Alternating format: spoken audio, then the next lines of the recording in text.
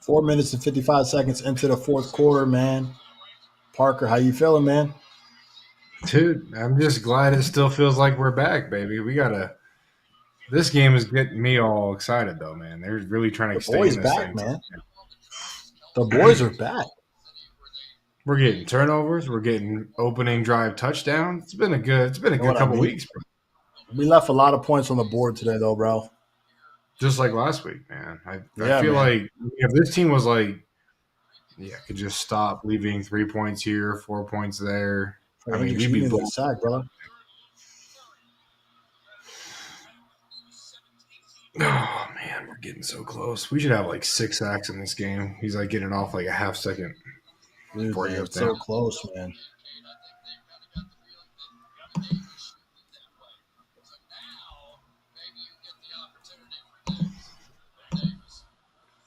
Man.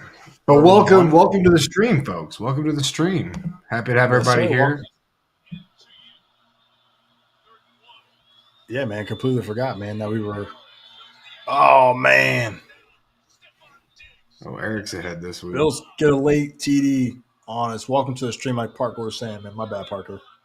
No, you're good, brother. I'm trying to. Man, I'm telling you, this game's got me puckering a little bit, brother. I mean, this is, these are the type of games you live for, right? It's just the fact that the Bengals should be up by 50 million points. That's the thing. It shouldn't even be in reach at this point. It should be over. Should have been over.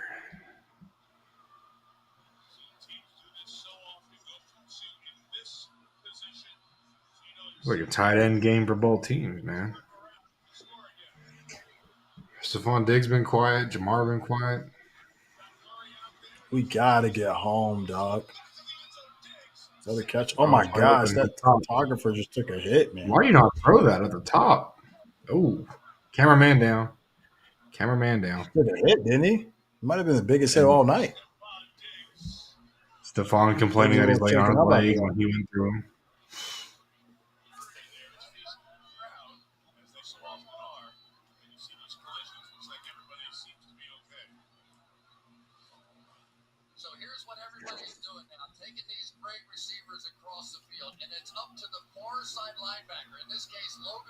Should have tossed that to the top. I mean, that's tough, man. Went for the harder throw. Just forced it to his guy. Yeah.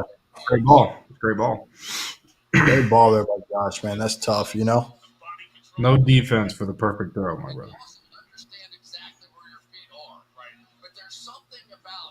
A lot of strong hand catches today, though. It's been kind of fun to watch, Man, a lot of strong hand catches today, man. A lot of them, man. What's the deal with Collinsworth, though, man? What's going on with Collinsworth?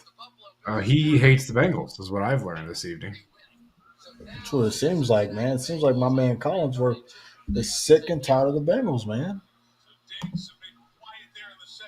Like, he'll talk about Kincaid before he talks about Burrow. It's crazy. Man. I get, like, not being a homer or anything, but, like, come on now. It's like he's, like, going all out, man. You know what I mean? It's like, dude, what's going on, man? Why are we doing this? Bills got 1 timeout. Bengals need 3 first downs. Yeah. Come on. Just put it away. Put it away. You don't need free football on a Sunday evening. Just put it away.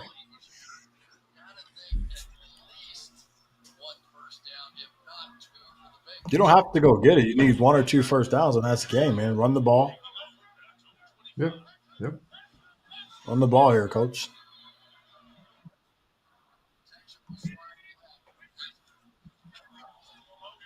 Yes. They go for the jugular out the gate. Get down, TB. Protect the football. Nice. They go for the jugular. Nice. Oh, my God. What? Go close it out. They went for the jugular? Oh, my gosh. We don't need first downs. We need touchdowns, Eric. We don't need first downs. We need touchdowns. Bro, that was crazy. First of all, great protection, right, Parker? Nice full slide. Oh, man. These guys, oh, man. So we've been waiting. What a play, man. Bam. Yeah. What a play, Joe. Got another one in you? Go get 400. Just get what you can get, dog. They don't have to be, They got a timeout and the 2-minute warning. One more run play gets you to the 2-minute. And then you just got to hit one and get it rolling after the 2, and then it's really just You want to get to like 3rd and 1, 3rd and 2. Sean, what's up? Reds Daily, what's going on? Nuddle, what's up? Mark Fetters, what's up, man? Hope everybody's doing good out there. Catching the ending of this game, Bengals versus Bills. 2 minutes on the clock. Bills got no timeouts. Bengals got the ball 2nd and 8. Could be behind us, could be ahead of us, but that's where we are watching at, folks. Dane Jackson is down. It looks like that's the delay.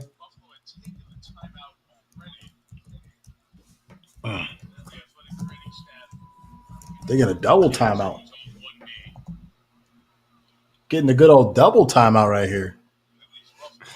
You love the double timeout. You love the double timeout. Love the double timeout. Yeah, but this is the time. This is the time because you don't have to burn the timeout or get the runoff before the 2-minute warning. So, I mean, they're really That's true. That's really true. Great game planning right there. Great strategy.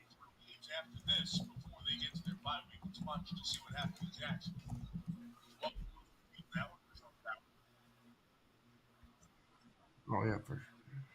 That's nice.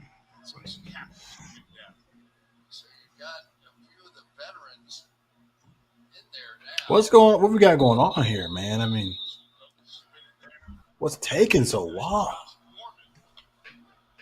Josh Norman in the game. Take a shot, man. Oh my gosh. Take a shot.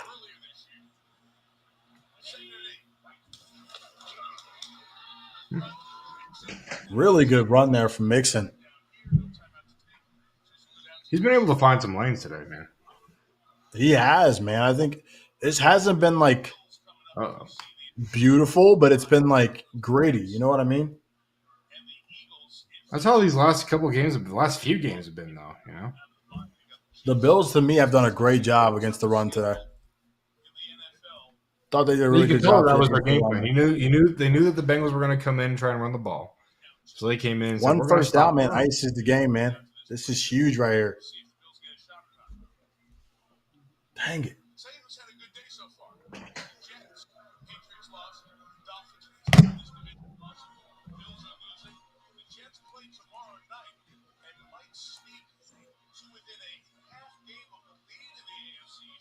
Who do the Jets play tomorrow? They don't play the Raiders.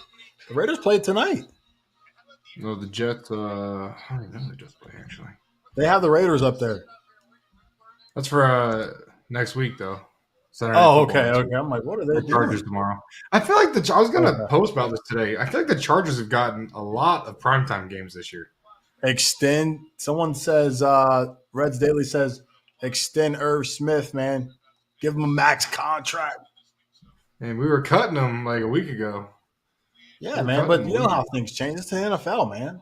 1 week we love you, the next week we hate you, man. Doesn't matter. You know what I mean?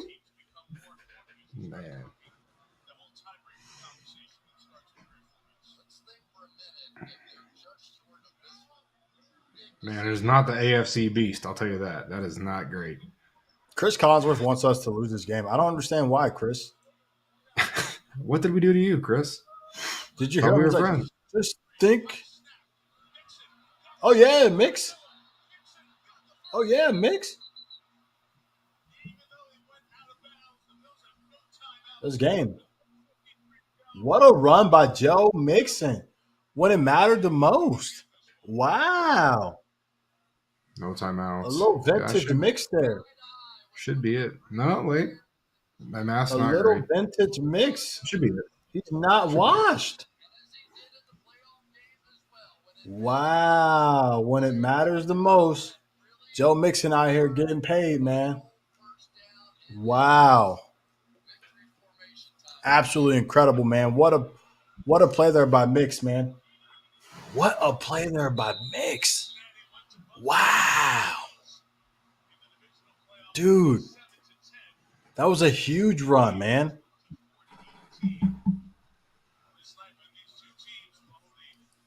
If you're This the team's Bills, showing that they man, know how to win games, man. That's the big thing. Is like they just know how to close it out. 100%, man. That's the now. I'll say, man, they left so many points on the board, man. So many.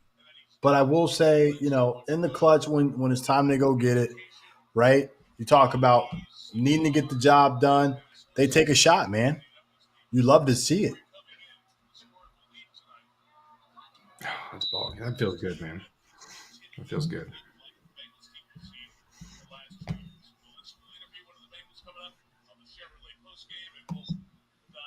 Nice. From 0-2 to 5-3. Ain't that the truth? Ain't that the truth? You know what I mean? How crazy is that, man? Joe Bengals know Burrow. how to do it. Wow, man. What a game, man. I mean, dude, the Bengals could have put up 42 points tonight, man. Straight up. Hell of a game, man. Bengals refuse to score 30 points in a game. That's what I've just decided, That was a really good game, man. What do you think, guys? You ready to do this? Let's get to Let's it, get the brother. show Let's started. get to it.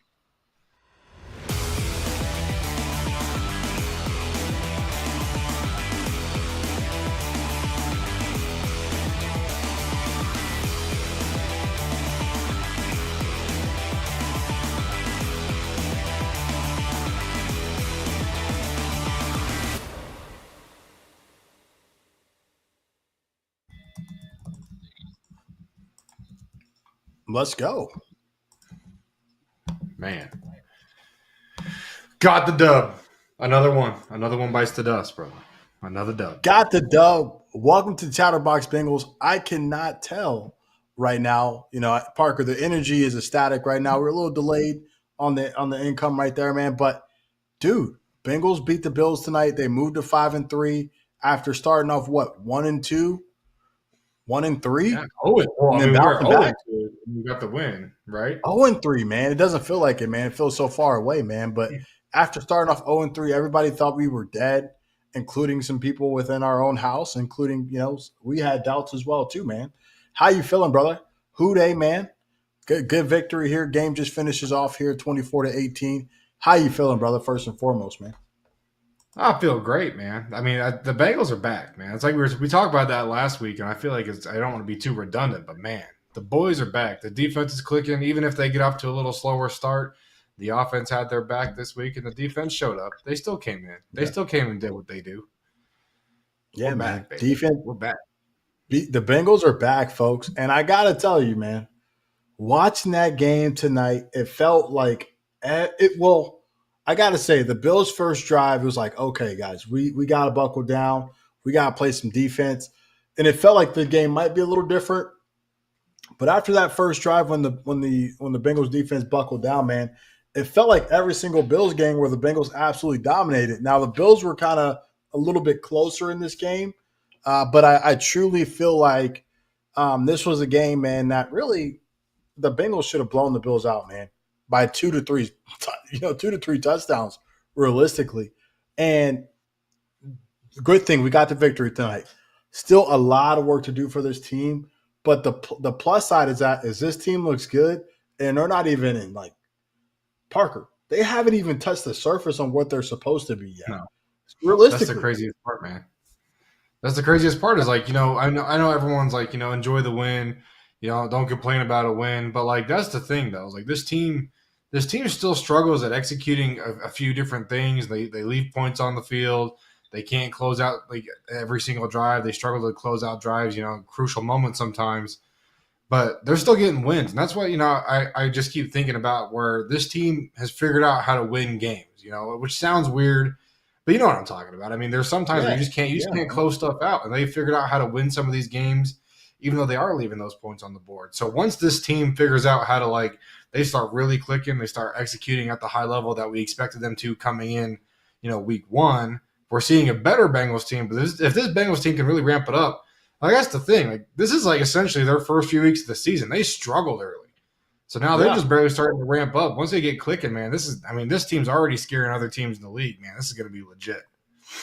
I got to say, man, every team across the NFL were like, oh my God, especially the AFC, like, here they go again. You know what I mean? The Bengals are heating back up. We thought they were dead. You know what I mean? And the Bengals are back, man. Joe Burrow's looking good. He had his finger was banged up, man, but I think just a little surface wound injury, and he got that cleaned up. And quite frankly, man, I think you made a really good point. A lot of work to do on the Bengals from the offensively, but I gotta say, they thought we were dead in the water, man. Joe Burrow was banged up. Irv Smith was dropping passes. Drew Sample was falling on receptions after getting the screen. Tanner Hudson wasn't seeing the field much. He had like a couple catches. But let's be honest. Coming into tonight, Parker, me and you both talked last week. We said, hey, man, coming into this week, we said, man, we know the tight ends, they're gonna be balling out this week. Nobody had that in mind, Parker. It was a tight end takeover tonight, bro. What did you see, man? It was crazy. National Tight End Day Part 2 out here this week. Man, we got 3 dudes working tonight. It was wild. They must have sent us the memo later, man. I think National Tight End Day was like a couple weeks ago or maybe last week. We must have just got the memo because the boys balled out, man. It was tight end by committee tonight. What did you see out there, man, from the tight ends? Yeah, they definitely weren't checking the mail, man. They just got that message a little too late. I mean, it's always good because I know, we've talked for how long now about how the Bengals just don't use tight end. They're not going to go get a tight end because they're just not using them. They're not going to go draft one because they're just not using them. But the fact of the matter is they just like the guys they had in the room. And it's like, as we get through this season, you just keep seeing them like every week. It's like, oh, okay, we'll install this part of the offense now. It's like they're like phasing in different sections of the offense. They're not doing like overall installs and then bringing in new stuff. They're just like, oh, we'll start using these players now. Like, when did you ever think the Bengals, even in the last few years, were ever going to utilize 3 different tight ends in a game and get 2 of them touchdowns, right? I mean, that's crazy. That's craziness. It's craziness out here. I mean, they're just – and the best part about this tight end room, I know people always talk about how it's a weak unit, and it hasn't looked great. It hasn't. But the best part about it is it's well-rounded. You got Drew Sample, who's kind of your utility guy. He's a better blocker than a receiver, but we saw him tonight. He can be an effective receiver, especially when teams think he is just kind of that in-line or heavy-set, blocking tight end. And then you got Irv Smith really, catching his stride this week.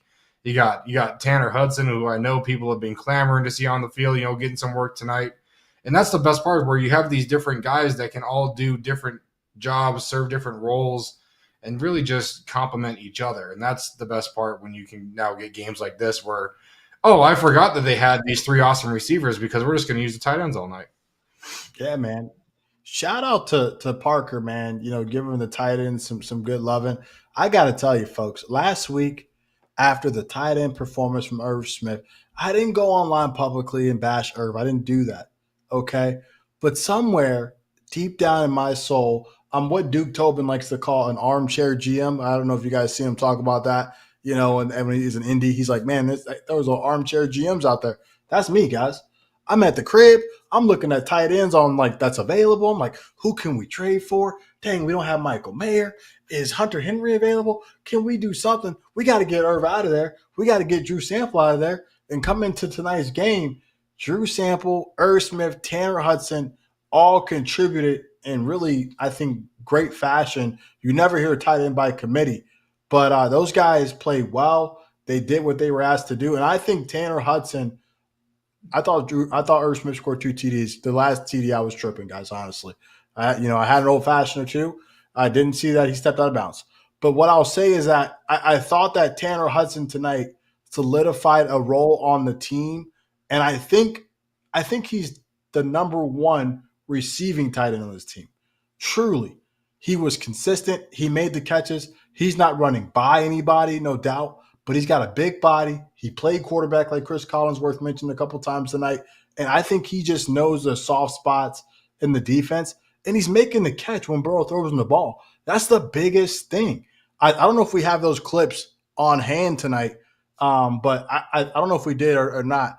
But when Drew Sample, if we could roll those, when Drew Sample and Irv Smith. Now the running back two in the backfield. Burrow pressured, releasing late is Drew Sample for the first down. And Sample's got a... Dude, Drew Sample jumped over a guy, right? He jumps over a guy running into the end zone. Quite frankly, Parker, if I had $1 million, I would have never. If someone told me, "Hey, bet on Drew Sample, you'll win $1 million," I don't think I would have even done it. You know what I mean? Because, dude, who would have saw that coming? So I think tonight. Hey, shout out! I got to shout out. I got to shout out my boy Drew Garrison, always laying down the Drew Sample anytime touchdown, the Drew Sample receiving touchdown.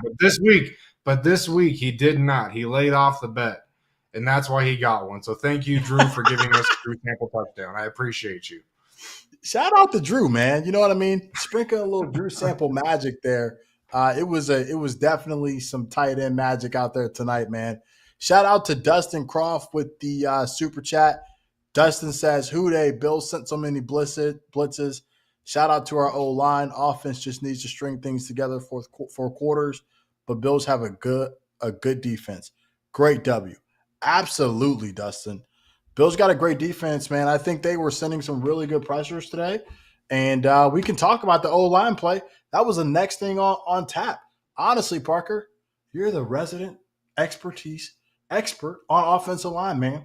What did you see? How did we handle the pressures? I know you got to watch the tape back. This is kind of just a general analysis based on the TV copy, man. But how'd you see? Because I was impressed, dude.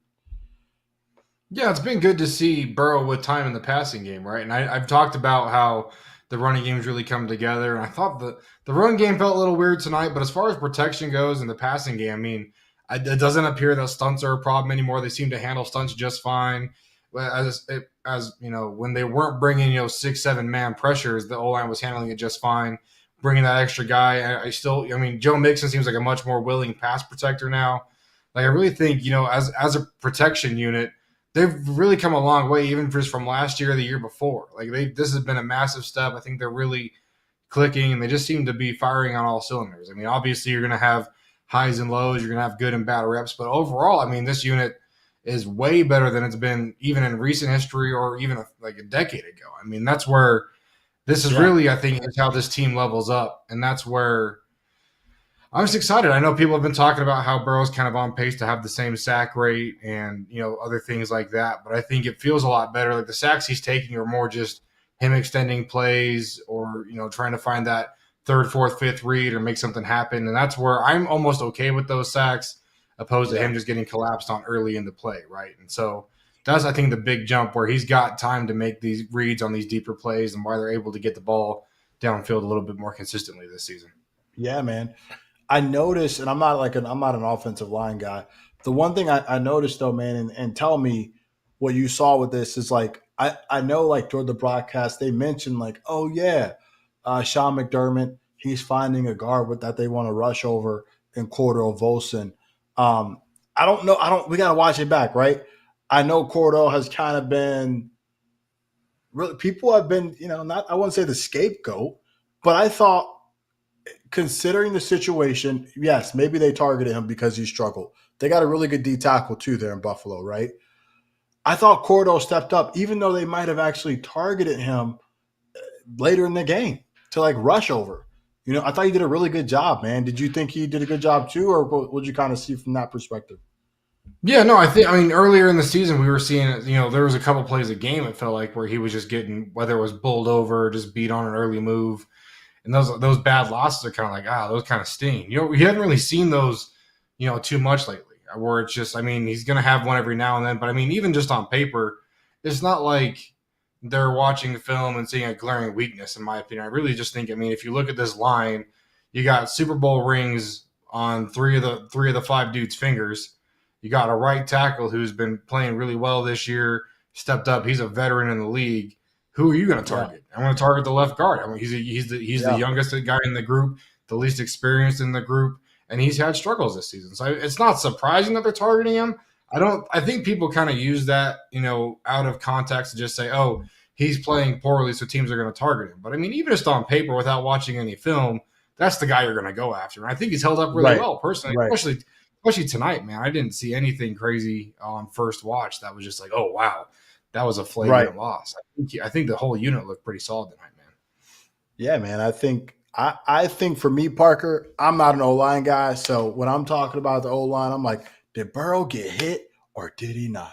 Did he have time Yep. in the pocket or did he not? You know what I mean?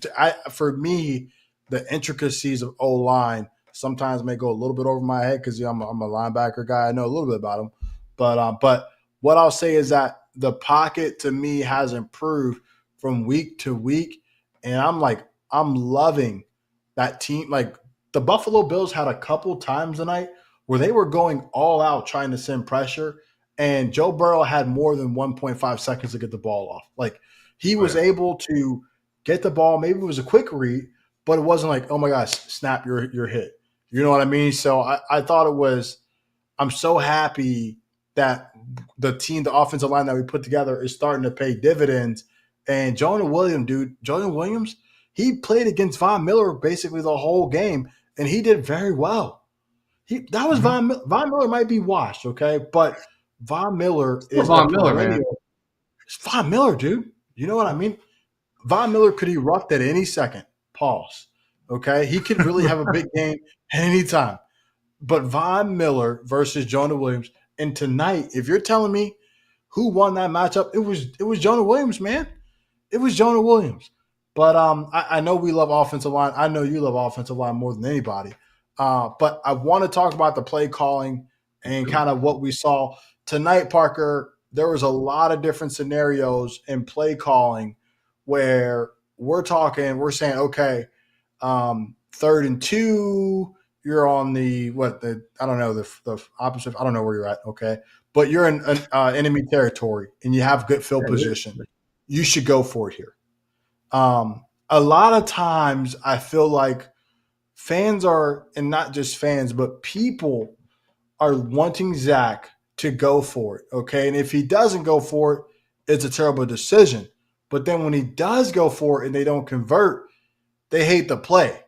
And I get it. I totally understand where people are coming from. You want the team to be aggressive, but I almost feel like Zach Taylor the last couple of weeks, particularly this game and the 49ers game, I believe Zach Taylor has done an exceptional job at calling plays.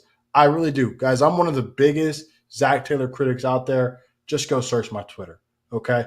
I'm a big Zach Taylor critic. However, I think the last 2 games, Zach Taylor, to me, has called the plays to put people in position to score TDs, and sometimes the execution hasn't been there. The deep ball to Chase, right? Joe Burrow misses. That's 6, dude, easily. Like, there's a couple different scenarios where we can pick and choose where Zach isn't aggressive enough or he's too aggressive and, say, hey, he should have done this, he should have done that. I just feel like Zach's been cooking, man. And to me, if Zach's calling plays and he's got a really good feel for how he's calling that and the Bengals are winning, I think that's the key part. As long as they're winning, let the man cook. If he punts the ball, CTB comes out and gets the interception, I mean, what do you say? You can't really, you know what I mean? What do you think about the play call, man, and kind of what you saw today? I know I kind of rambled on. No, you're good, man. You're good. I mean, you're bringing up all the right points is the thing, and that's I think my biggest issue right now. The play calling is one thing. I think they're ironing that out. Every fan's going to complain that on every single team, every single season. So I mean, I'll let everyone else handle that. I don't need to complain about play calling. I think the biggest thing for me, it comes down to decision making, and it's not even making the right or wrong decision because you can argue both sides of almost every decision that gets made throughout the course of an NFL game. But the thing that bothers me most is the inconsistency, right? Like if you're going to be aggressive every time in that situation. If you're going to go for the points and just, be a little more conservative, then be conservative. And then it's like, at least we know what to expect. But then he keeps getting in trouble because he gets in situations where it's like everyone, in the fan base on the team is saying, oh, go for it. And we're punting. And then we get into situations where it's like, okay, well, this is where you take the points. Obviously, he's being a little more conservative this game. We're going to take the points. And then we're going for it and then calling weird plays to try and convert. And that's where, like, it just gets a little weird for me. It just feels weird. It's not necessarily that he's making the right or wrong calls, calling the right or wrong plays, but it's just the whole situation kind of just feels weird where it just kind of feels like they're flipping a coin and going for something, and then they're pointing randomly on the play sheet and calling a play. I feel like a lot of their fourth down conversion plays are pretty much the same regularly. They're not really mixing up what they're doing, and it's not like they're running the brotherly shove where they're just like everyone knows they're running it, but it works. They're just kind of they always try and get too cute with you. I mean, you've seen it on third and short, fourth and short. They try and get cute with these tosses or these weird plays or maybe even shot plays, and it's like no, just like don't need to get cute. Go to what you like. I mean, when you're in those short yarded situations, you should know this. I mean, you go with what you're comfortable with. You go with what you feel like you can execute well. You don't try and do the weird stuff that you haven't run all game. You run the base plays that have been working for you all game to get you back 1 or 2 yards. And that's where it's like, that's all I want to say is just be a consistent decision maker. If you're going to be an aggressive decision maker, then be aggressive. If you're going to be conservative, be conservative. The fans are going to be unhappy, like you said. If you go for it and miss it, you're going to get, lit up on social media. If you go for it and make it, you're a hero. Like, it's all about the end result. But as a coach, you shouldn't care about that. Just be consistent. Be like, hey, in this situation, this is what we're going to do. But they can be at the same yard line in the same situation. You really never know what they're going to do. Not saying that's a bad thing. It keeps them unpredictable. But at the same time, it's like that's when we talk about leaving points on the field and missing out on opportunities. It's because we don't even really know. You can't really get with the flow of the game and figure out what's going on with him. That's kind of what kills me. I will say this. I do agree with you there. I think I do think it's situations are situational, if that's even a good thing to say, right? But what I'll say is that I do agree with you as far as a consistency, and I truly believe.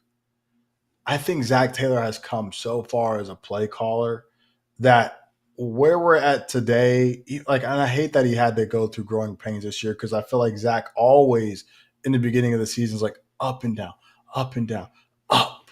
You know what I mean? But and then now we're on this upward ascend, and it feels like Zach Taylor truly is hitting his stride. I get the consistencies on the third and shorts and things like that. But I almost just man, I went from being a super critic to being okay, maybe Zach knows what he's doing. And Zach's got, he's got a lot more coaching experience than me. I've coached flag football teams, but that's quite frankly about it. You know what I mean? But I do believe consistency is the key. I think he'll find it. You know what I mean? Or maybe he'll be consistently inconsistent in those situations.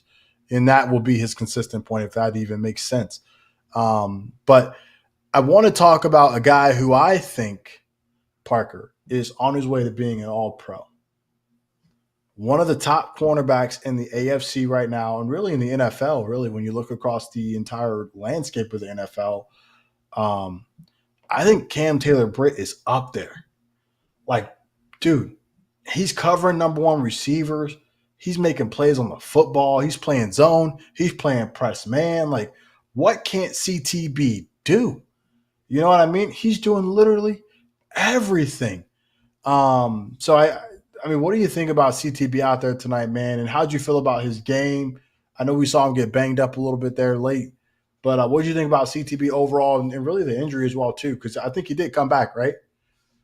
Yeah, no, he was back in the game after that. I do think that everyone's talking about this slide tackle a lot more on social media than they did in the broadcast, and I kind of wish they would have talked about it because I think it's kind of a weird play. I think we can all agree that it was a weird play. He got kicked in the leg because he tried to slide tackle Dalton Kincaid, who then also got hurt, probably because he ended up kicking him in the leg, just through the course of running.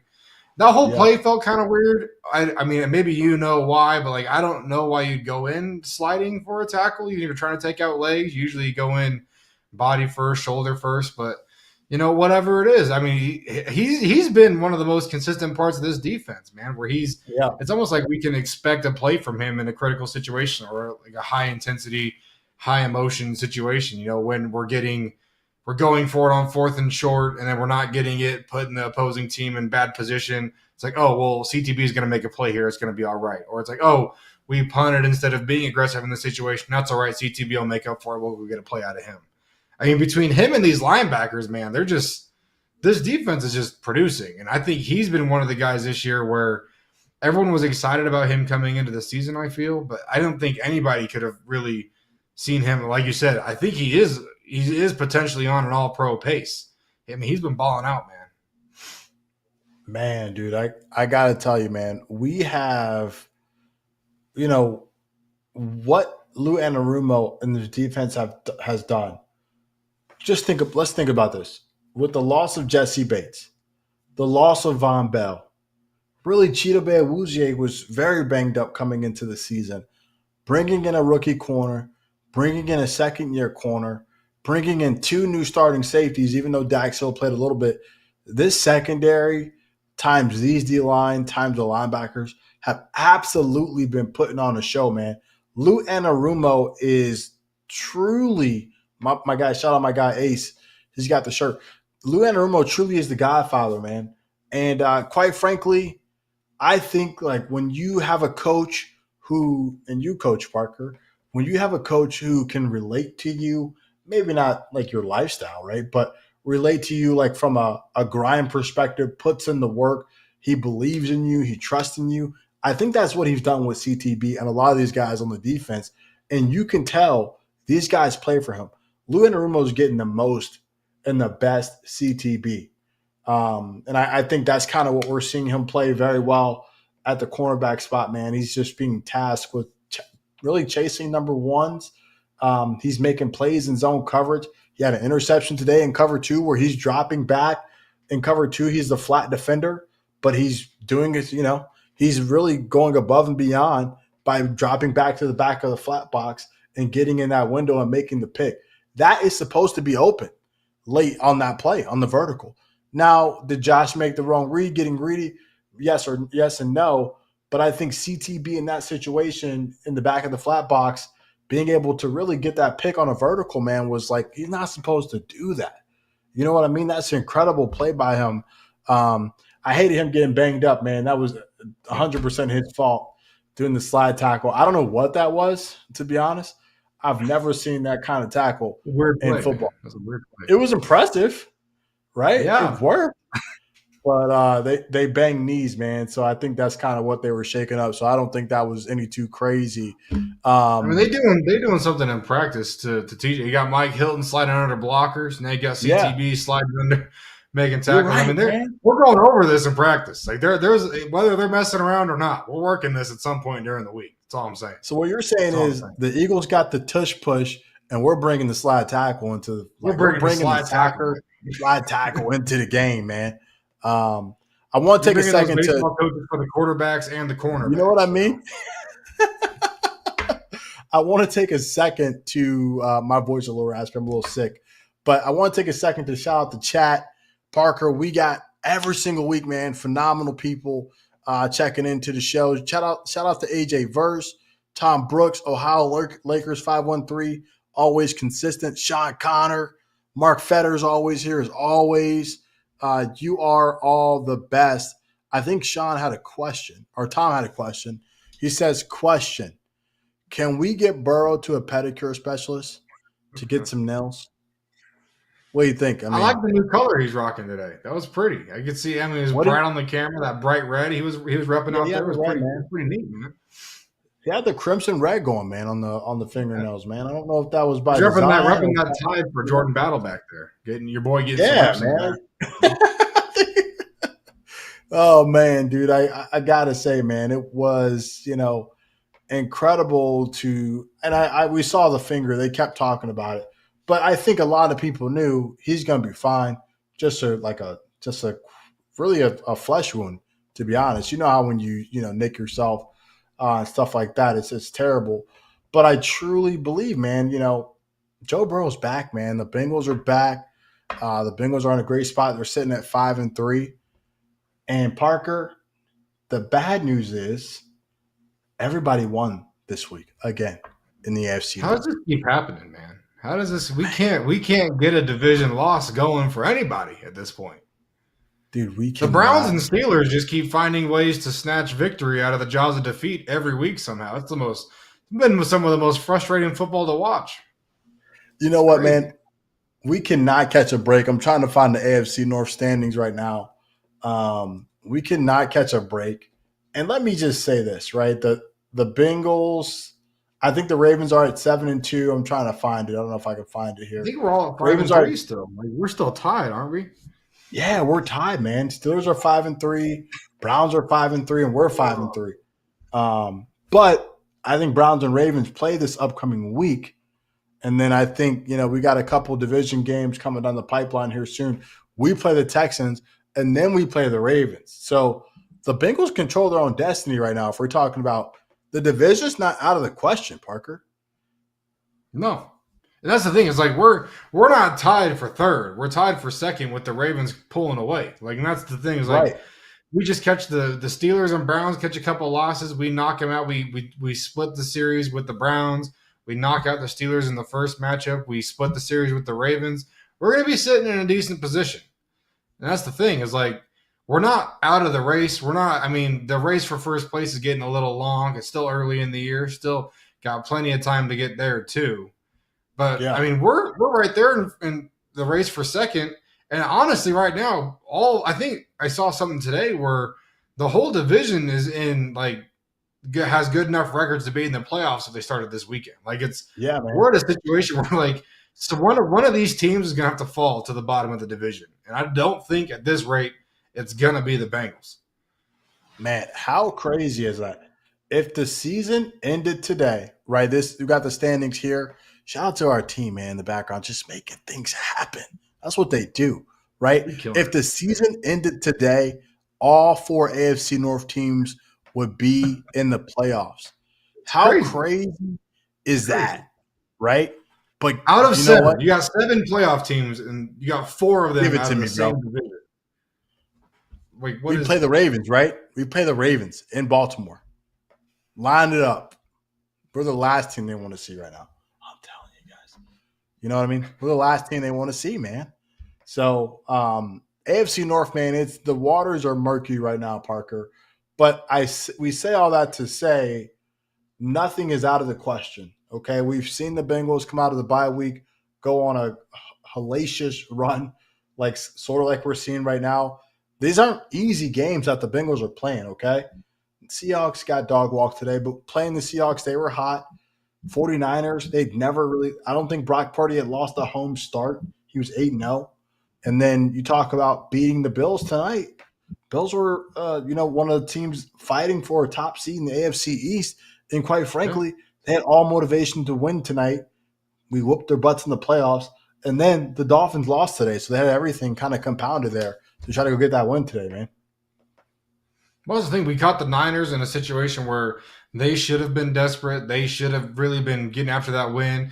Talk about their home record with Purdy. We came in there, and honestly, by the end of the game, it ended up dominating them. First half felt crazy. We talked about that last week, and then we came in, like I said, this Bills team is in a position where they need to be scrappy, right? They flashed the standings of the AFC East during the broadcast, and it's like, man, this division just kind of looks a little weak now. I mean, it's anybody's division.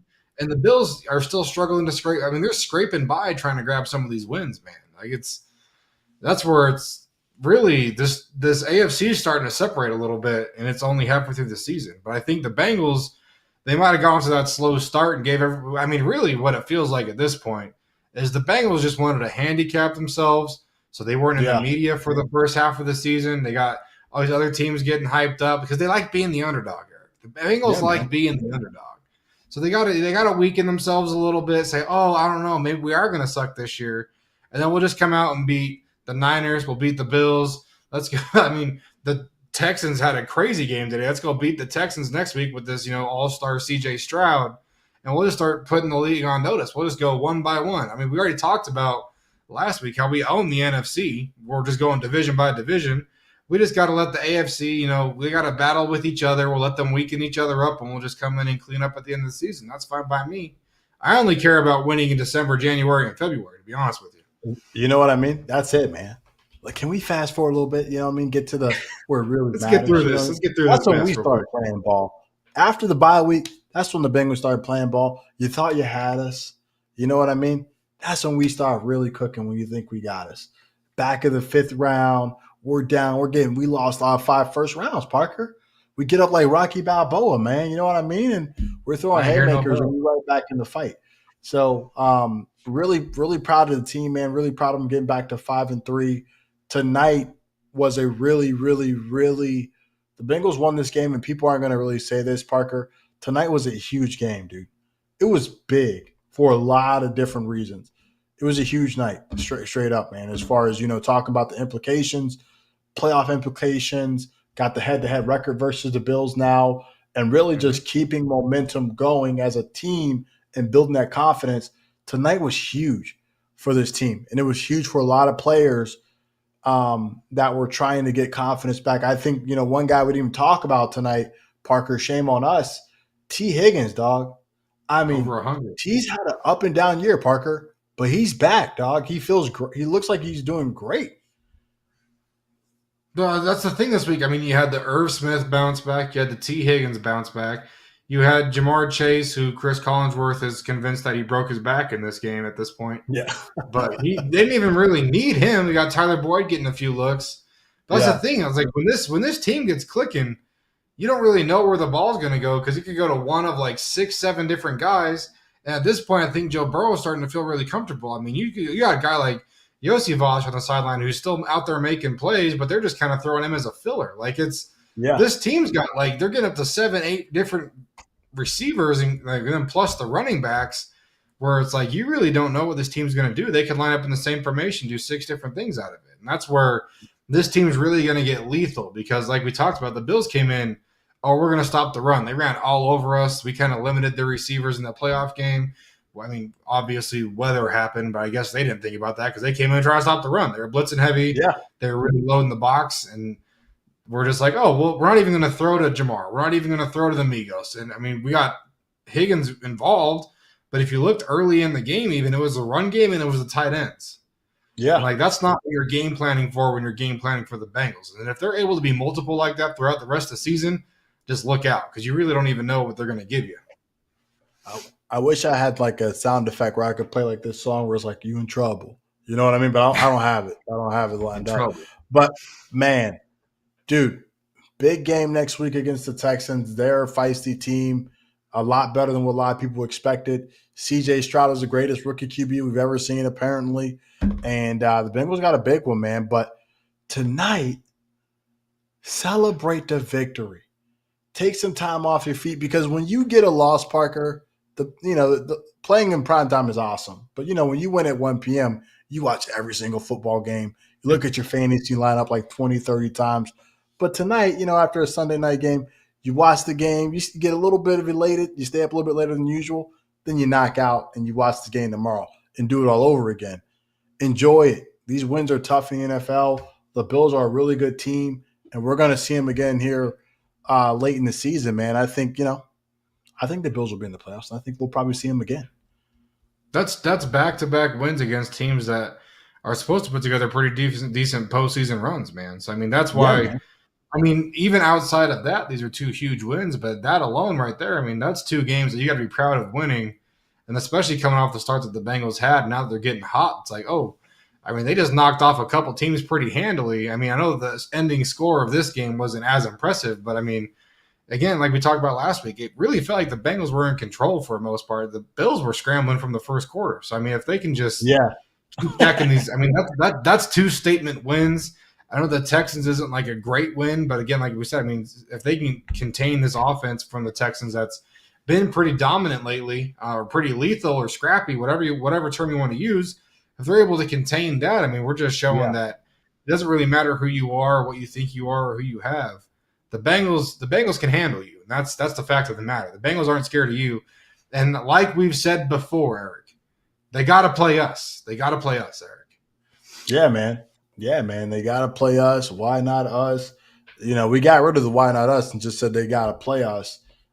Just an all-around great game for the team. Texans are scrappy. Before we get out of here, man, want to take a few minutes to look at the chat. I know some people are chiming in here. Rick S says you can only count out Drew Sample for so long. Rick, you called it, dude. Nobody would have thought Drew Sample was going to ball out tonight but you, Rick. And that's why you're the man, dude, because nobody thought Drew Sample was going to put on a clinic and turn into baby Travis Kelce tonight on that one play and jump over a defender and haul it in for a TD. I hate that I didn't put anytime touchdown Drew Sample tonight and Irv Smith. You know what I mean? And Irv Smith, man. Irv Smith with the bounce back game. Ohio Lakers Make 513. sure everyone down in the chat there. I mean, we appreciate everyone being involved. Make sure you're liking the video, liking the stream, so we can show Game On that everyone loves listening to us more than they love listening to him and either of us. This is the dream team right here. We just got to prove it to them. We got to have the numbers that show it. You know, I can't just bring it. I just can't bring with no information. You guys got to support me. You got to back me up here. So make sure you go like the stream. Make sure you subscribe to Chatterbox Sports, and make sure you drop any bits, whether it's betting advice for Reed and Elliot or if it's questions you got for us. That's what the chat's for. That's why we love having the chat up. We love having you guys in there, man. 100%, man. 100%. Let's keep it rolling. Well, so the Bengals we're just getting word in from the folks upstairs. The Bengals are 8-point favorites coming into the game against the Texans.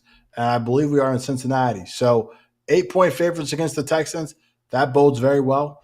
Hopefully the Bengals ain't watching the lines like we are because they'll be like, we're going to whoop that. We're going to whoop their butts. But I think the Texans are feisty. So I could see it being maybe a 7. I could see it being 7, to be honest. But maybe we absolutely dominate them. Maybe Lou Anarumo says, hey, we're going to drop 8. We're going to send pressures. CJ Stroud, you might be amazing, but not this Sunday, brother. So we'll see what happens. But the Bengals are 8-point favorites coming into next week. Parker, anything for the folks out there, man, you want to say before we get out of here? Outside of the phenomenal Who Dey chant that you want to sing to the top of the mountaintop? I don't think anybody wants me singing nothing on here, but I just want to say how much I appreciate everybody. I'm excited to get into this film and eat it up this week. I did lose my semifinal game on Saturday, so I'm all Bengals content for the rest of the season, baby. I'm here ready to go. Coach Blake is taking the hat off. It's Bengals time now. So I'm going to get into this content. I'm going to push a bunch of stuff out this week. I'm just ready for this Texans game, man. 8 points ain't enough, Eric. 8 points ain't Let's go, enough. Man. We need that line to be like, we need to score. We need to beat them by 14 plus. You know what I mean? So I can, you know what I mean? But, yeah, man, sorry to hear about your team losing. But I will say, though, Parker, I hate that your team lost. I know you guys will be back and better next season, because you're a hell of a coach. And I want to say, Coach, one last thing. Who Dey to the team out there. Bengals moved to 5-3, and they are back in the race to go win it all, baby. Man, Who Dey, man. Roll that outro, baby. Who Dey. Let's go get them. Let's do it.